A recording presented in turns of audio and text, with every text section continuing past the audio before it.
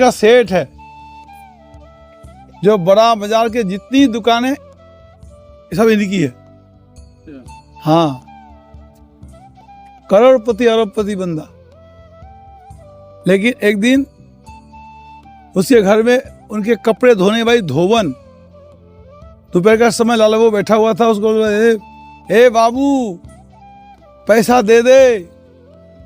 वो बंगाली में बोला था, बेला गेलो बासनाय आगुन दिबू। मतलब हिंदी में उसको समझो तो हमारा टाइम निकल गया, हम अपनी वासना में आंच लगाऊंगी, वासनाओं में, ऐसा समझ लो। किंतु वो धोबी है ना, धोवन है, वो कहे बेला गेलो टाइम निकलता जा रहा है, मुझे अपनी जो कपड़े उबालते हैं धोने के लिए उस चूल्ही को वासना बोलते हैं, उसमें आंच लगानी मैंने, पैसा दे दे। 5-7 बार आवाज जोर जोर से बोला। लाला वो कुछ मस्ती में था, वो सुनता गया, उसके दिमाग में वो बात आई, और एक लड़की है वो कह रही मेरे जीवन का समय खत्म होता जा रहा है और मैंने अपने वास्ते में आंच लगानी, और मैं तो बुढ़ा होने लग रहा हूँ, मैं तो अपने वास्ते में आंच लगाने की कोशिश सोचा ही नहीं। महाराज उसके मन में एकदम से वो शब्द अटक कर गया, और अटक जो किया, भाई मैंने तो कुछ किया ही नहीं। उन्हें फटाफट उस धोबन को जो कुछ देना था दिया, और दे दा के सीधा चल पड़ा। अब संसार में समय नहीं देना मैंने, हमने भी अपने जीवन की वासना में आंच लगानी, मैंने भी जीवन खत्म होने लग रहा है। वो सीधा वृंदावन आ गया। वृंदावन आकर के अब पैसे पर तो था, यहाँ तो पैसा लाया नहीं, अब यहाँ क्या करेगा भूखा मरो। अब वो मधुकुरी मांग के, भीख मांग के खाने लगा, और जाकर के कहीं जमुना किनारे पड़े रहता है, कहीं पेड़ के पड़े रहता है, और कहीं महात्माओं के सत्संग होता वहाँ चले जाता है। पता है ही नहीं भजन साधन क्या होता है, गुरु क्या होता है, कुछ मालूम नहीं उनको। वो तो पैसे वाला विषयी आदमी है, बिजनेसमैन है, लेकिन पैसा वैसा लाया नहीं, मन के एक भाव में आया, भाव में आकर के चला आया। यहाँ आकर के घूमते घामते फिर सत्संग सुनने को जाने लगा। जाते जाते उनको मालूम पड़ा कि दीक्षा भी लेनी पड़ती है, किसी गुरु के शरण में नहीं जाओगे तो महाराज आगे भजन का रास्ता नहीं मिलेगा। क्या भजन करना, कैसे करना, किसकी करना, पता तो तभी चला गुरु मिलेगा। तो गुरु के तलाश में गए, मियाँ ब्रज में खबर लिया लोगों से, तो कोई सिद्ध महापुरुष है कृष्ण दास बाबा, कृष्ण सरोवर में, वहाँ गए, उन्होंने दीक्षा नहीं दिया, मैं नहीं देता।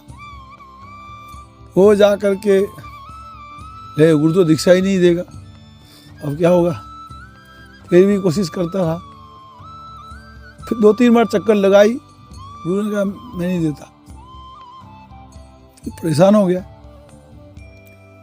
बाद में एक दिन क्या हुआ, ये जो रंगनाथ मंदिर जिसने बनाया जगत सेठ, उसका नाम था लक्ष्मी नारायण सेठ, और उससे इनकी लड़ाई थी, कुछ जमीन के मुकदमा थी, तो उनके पास कभी भिक्षा मांगने कभी नहीं गया।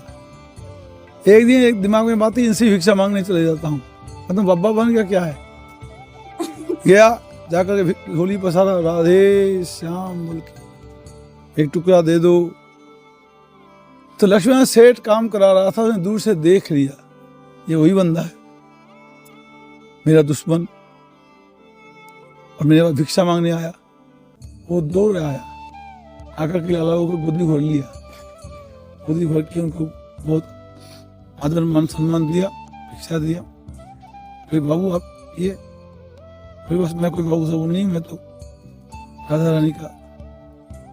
वहाँ उसके बाद एक दिन फिर गया कृष्णदास महाराज के पास, मैं दीक्षा दे दी। दीक्षा मिलने के बाद मैं भजन किया डट के, भजन करने पर भगवान का साक्षात्कार हुआ। फिर भगवान ने आदेश दिया, मेरा मंदिर बना। तो उन्होंने अपने घर से पैसे मंगवाई, फिर यहाँ ये मंदिर बनवाया, बनवा करके, और यहीं पर मंदिर में ठाकुर जी की सेवा खुद अपने आप अपनी अध्यक्षता में पुजारी रख करके सेवा करवाता था। एक दिन दिमाग में बात आई, ठाकुर जी सेवा तो कर रहा हूँ, ठाकुर जी में जान प्राण है कि नहीं, पत्थर ही है, मैं पता करूंगा, खबर लूंगा। एक सर्दी का मौसम, मक्खन का डिला लाया, डिला से पुजारी भगवान के मत्थे में रख दी। आधे घंटे बाद बोले वो मक्खन का टुकड़ा मुझे दे। पुजारी देखा तो पिघल गया। इतनी सर्दी है मक्खन पिघलेगा? जरूर वो भगवान है, उसमें जान है। ऐसे भगवान की परीक्षा लेता था और भगवान पास करता था उनकी परीक्षा में। दादा वो बड़े अच्छे संत हुए ऐसे। और उनकी समाधि गेट में ही है, अलावा की समाधि। अभी सुना इसका करा लिया, रजिस्ट्री करा ली, हैंडओवर करेगा इसको। बहुत अच्छा होगा, गौरी मर बन जाएगा ये, बहुत बड़ी जगह है। हरे कृष्ण।